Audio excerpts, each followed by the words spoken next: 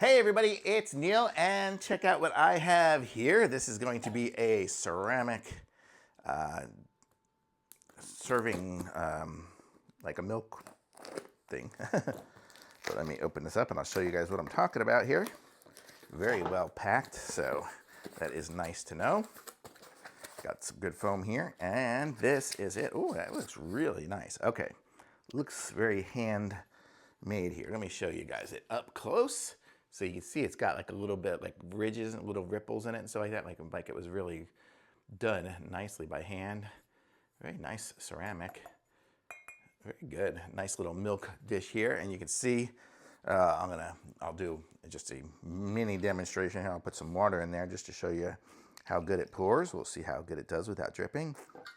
I filled it up pretty high, but let's open this up. I'll pour it back into this so we can see. So this is it here with water in it. Nice, easy to hold, and we will do some pouring. And it's good. It got a little bit of drips in the back there to it. If you do it, try to do it ridiculously slow, but if you go like a normal speed, yeah, it makes one drip there.